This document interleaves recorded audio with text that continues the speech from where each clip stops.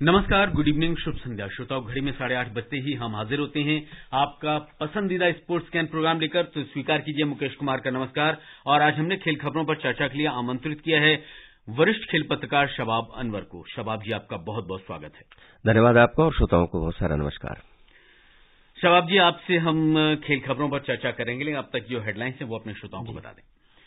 भारत के HS Prannoy BWF विश्व badminton ranking में 2 स्थान के फायदे से पुरुष सिंगल्स में करियर के सर्वश्रेष्ठ 7वें स्थान पर पहुंचे। भारत की गोल्फर अदिति अशोक ने विश्व गोल्फ रैंकिंग के पहले 50 खिलाड़ियों में स्थान बनाकर इतिहास रचा। नोवाक जोकोविच और एलिना रेबाकिना इटालियन ओपन के क्वार्टर फाइनल में पहुंचे। और आईपीएल क्रिकेट में लखनऊ सुपर जायंट्स के साथ मैच में मुंबई इंडियंस ने टॉस जीतकर गेंदबाजी का फैसला किया।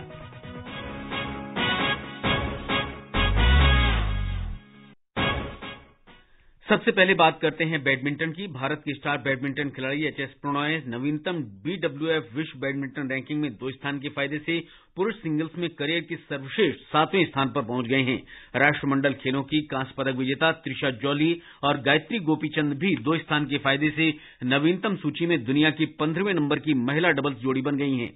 प्रणय के 17 टूर्नामेंट से 66,147 अंक हैं और वो भारत के सर्वश्रेष्ठ सिंगल्स खिलाड़ी बने हुए हैं। उसके बाद 2 बार की ओलंपिक पदक विजेता पीवी सिंधु का नंबर आता है, जो महिला सिंगल्स विश्व रैंकिंग में 1 स्थान के फायदे से 11वें स्थान पर हैं। पुरुषों के सिंगल्स में अन्य भारतीयों में लक्ष्य सेन और किदाम्बी श्रीकांत 22वें और 23वें नंबर पर हैं। पुरुष डबल्स में सात्विक साईराज रंकीरेड्डी और चिराग शेट्टी की जोड़ी 2 पायदान नीचे 7वें स्थान पर खिसक गई है। शीर्ष 20 में किसी अन्य भारतीय जोड़ी को जगह नहीं मिली है। तो एचएस प्रणॉय का जो प्रदर्शन है लगातार उत्कृष्ट होता जा रहा है, उसमें सुधार हो रहा है और उसी का परिणाम है कि वो 7वें स्थान पर पहुंच गए। जी, बिल्कुल सही कहा आपने। और खास करके अगर देखा जाए तो उनकी इस टॉप 10 में वापसी हुई है एक तरह से अगर देखा जाए, और काफी मुशक्कत के बाद पिछले कई वर्षों से लगातार निरंतरता के साथ शानदार प्रदर्शन किया है और अंक जुटाए हैं, और उसी अंक के आधार पर आज एक मर्तबा फिर से अपनी सर्वश्रेष्ठ रैंकिंग पर पहुंचे हैं। जिस तरह का प्रदर्शन देखने को मिला था, तो 2 खिलाड़ियों के बारे में ऐसा कहा जाता, उम्मीद की जा रही थी कि वापसी होगी टॉप 10 में। एक एचएस प्रणय थे और दूसरी महिला वर्ग में पीवी सिंधु, लेकिन उनको एक अंक का फायदा जहां हुआ है, लेकिन टॉप 10 में 1 अंक का घाटा भी हुआ है, वो 11वें स्थान पर है। तो कुल मिलाकर ये कहा जा सकता है कि आप पहली चीज तो ये है कि आप प्रतिस्पर्धा यानी प्रतियोगिता में भाग लें, अपने आप को फिट रखें, और फिर जब आप प्रतिभागी होते हैं किसी भी टूर्नामेंट में तो अपना प्रदर्शन जो है सर्वश्रेष्ठ दें। तो एचएस प्रणय ने जो जिस तरह का संघर्ष किया है हाल के वर्षों में, जिस तरह का उन्होंने प्रदर्शन किया और जो वापसी की है, वो निश्चित रूप से प्रेरक है अन्य खिलाड़ियों के लिए।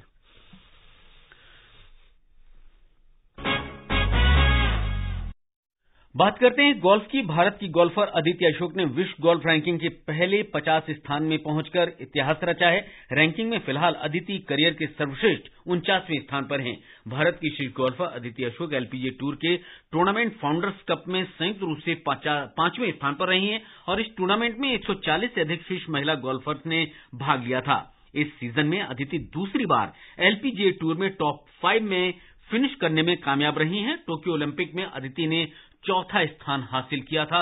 निश्चित तौर पर गोल्फ के लिए और गोल्फ के प्रशंसकों के लिए भारत में काफी बड़ी खबर। जी हाँ, बिल्कुल। और बड़ी खबर इसलिए भी बन जाती है कि महिला गोल्फर की जो विश्व रैंकिंग है उसमें ये पहला मौका है जो भारत के किसी भी महिला गोल्फर ने इतना अच्छा प्रदर्शन किया है और इतनी अच्छी रैंकिंग हासिल की है। हालांकि ये टॉप 50 में आना कोई ऐसे देखा जाए तो कोई बड़ी बात नहीं है, लेकिन बड़ी बात और बड़ी खबर भारतीय खेल और महिला गोल्फर के दृष्टिकोण से इसलिए बन गई है क्योंकि वो पहला मौका ऐसा हुआ है जब भारत के किसी गोल्फर ने ये सर्वश्रेष्ठ मकाम हासिल किया है। अगले हफ्ते एक और बड़ा टूर्नामेंट अदिति को खेलना है और उम्मीद की जा रही है कि जिस तरह का प्रदर्शन और जिस तरह के अंक उन्होंने जुटाए हैं, तो इससे भी बेहतर अगले सप्ताह एक अच्छी खबर उनके संबंध में मिलेगी। और शबाब जी, एक जो खास बात ये है कि इस सीजन में यानी 2023 के सीजन में दूसरी बार अदिति जो है वो एलपीजीए टूर में टॉप 5 में फिनिश करने में सफल रही। जी हाँ, बहुत अच्छे तरीके से उन्होंने प्रदर्शन किया है। हालांकि उनका जो प्रोफेशनल करियर है बहुत पुराना नहीं है। अगर देखा जाए तो 2016 में उन्होंने अपने प्रोफेशनल करियर की शुरुआत की। 2023 में उन्होंने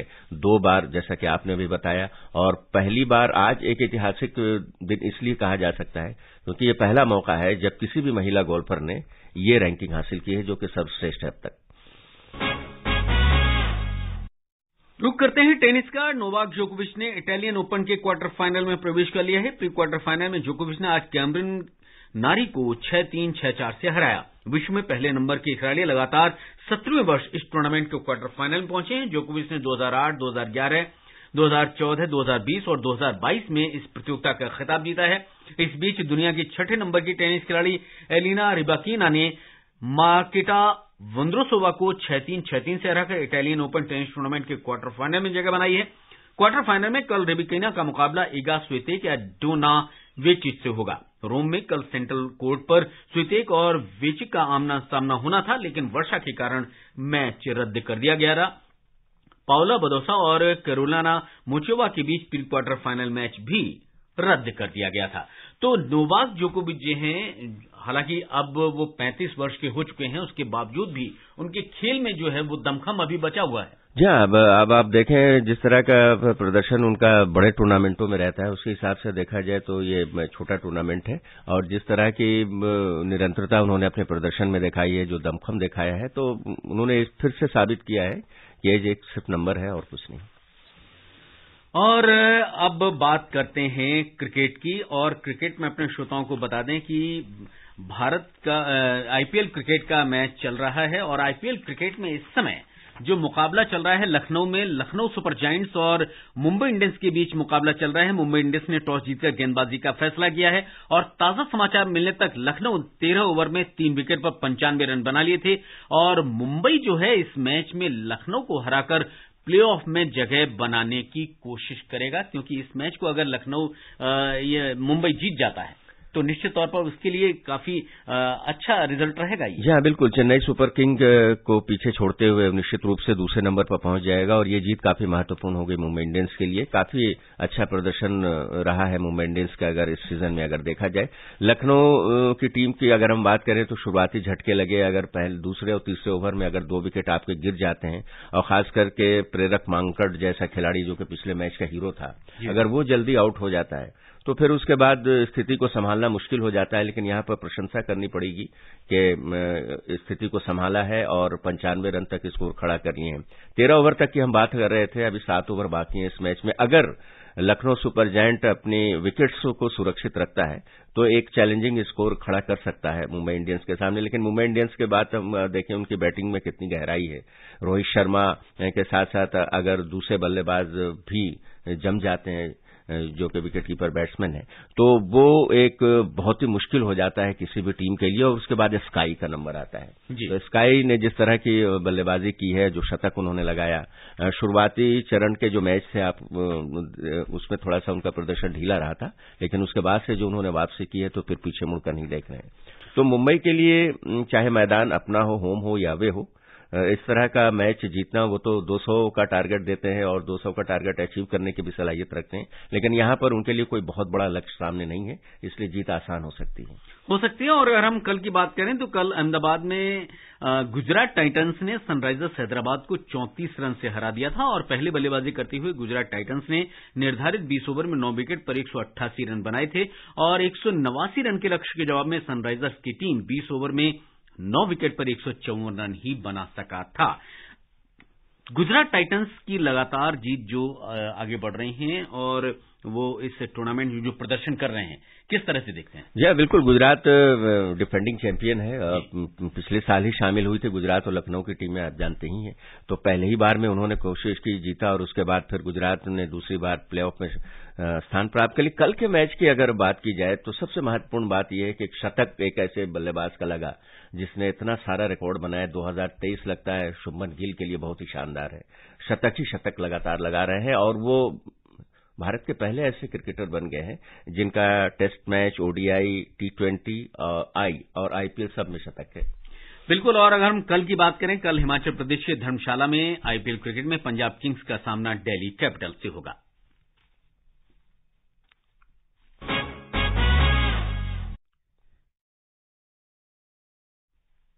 पंजाब इस मैच में बड़ी जीत दर्ज करके आईपीएल के प्लेऑफ में जगह बनाने की अपनी उम्मीद बनाए रखने की कोशिश करेगी। दिल्ली की टीम पहले ही प्लेऑफ की दौड़ से बाहर हो चुकी है और उसकी कोशिश इस मैच में सम्मान बनाए रखने और पंजाब किंग्स के समीकरण बिगाड़ने की होगी। पंजाब के लिए अभी तक का ये टूर्नामेंट उतार चढ़ाव वाला रहा है। उसने अब तक 6 मैच जीते हैं, लेकिन उसे इतने ही मैचों में हार का सामना भी करना पड़ा है।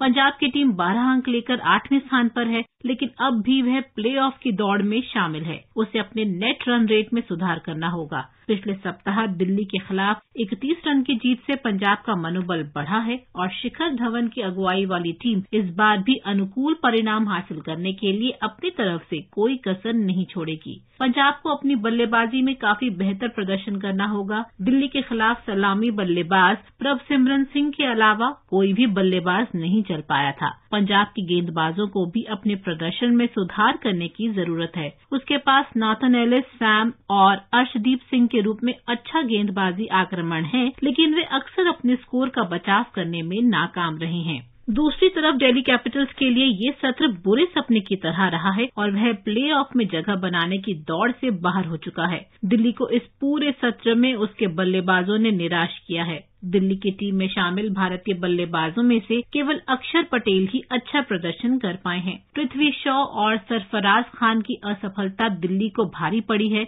ऐसे में टीम को शीर्ष क्रम में अपने विदेशी बल्लेबाजों को उतारना पड़ा। कप्तान डेविड वार्नर, विकेटकीपर बल्लेबाज फिल सॉल्ट और ऑलराउंडर मिचेल मार्श ने बल्लेबाजी में कुछ हद तक अच्छा प्रदर्शन किया है, लेकिन जब ये तीनों जल्दी आउट हो जाते हैं तो दिल्ली की पारी लड़खड़ाने लगती है। पंजाब के खिलाफ पिछले मैच में दिल्ली की टीम जीत की तरफ बढ़ रही थी, लेकिन उसने अपने अंतिम 8 विकेट 67 रन के अंदर गंवा दिए। दिल्ली की टीम में शामिल भारतीय गेंदबाजों ने हालांकि अच्छा प्रदर्शन किया है। दिल्ली की 4 में से 3 जीत में गेंदबाजों ने प्रमुख भूमिका निभाई थी। अनुभवी ईशांत शर्मा ने अपनी भूमिका अच्छी तरह से निभा रहे हैं, जबकि खलील अहमद भी उनका अच्छा साथ दे रहे हैं। स्पिनर कुलदीप यादव और अक्षर पटेल ने भी किफायती गेंदबाजी की है। Priyanka Arora, sports can. और प्रतिभाशाली धावक रियान बादशाह और दोंडापति मृत्यम जयराम को इस वर्ष की एशियाई जूनियर एथलेटिक्स चैंपियनशिप शिविर में भाग लेने के लिए चुना गया है। ये शिविर बेंगलुरु में आयोजित किया जाएगा। रेयान और दोंडापति ओडिशा के हाई परफॉर्मेंस सेंटर में प्रशिक्षण लेते हैं। रेयान ने ओडिशा अंडर 18 लड़कों और भारत अंडर 18 लड़कों का प्रतिनिधित्व किया है। मार्च 2023 में उडुपी में 18वीं राष्ट्रीय युवा एथलेटिक्स अंडर 18 चैंपियनशिप में उनके नाम 100 मीटर दौड़ का एक स्वर्ण, 200 मीटर दौड़ और 1000 मीटर मेडले रिले दौड़ में एक रजत पदक शामिल हैं। रेयान ने पिछले महीने उज्बेकिस्तान के ताशकंद में 5वीं एशियाई यूथ अंडर 18 एथलेटिक्स चैंपियनशिप में लड़कों की मेडले रिले में रजत पदक जीता था।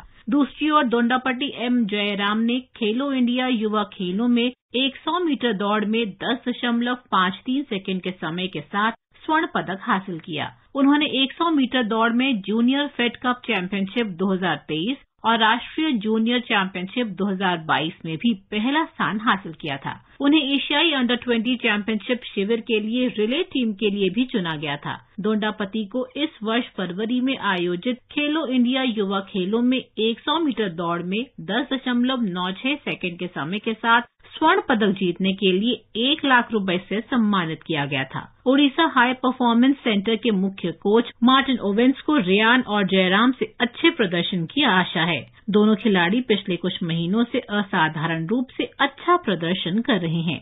Priyanka Arora, sports can. पिछले महीने अंत्याल्या में विश्व रिकॉर्ड की बराबरी करने वाली भारत की अनुभवी कंपाउंड तीरंदाज ज्योति सुरेखा वेन्नम विश्व कप के दूसरे चरण में 6ठे स्थान पर रही हैं। विश्व कप के दूसरे चरण में रिकॉर्ड की बराबरी करने वाला 713 का स्कोर करने के बाद ज्योति 693 का स्कोर ही कर सकीं।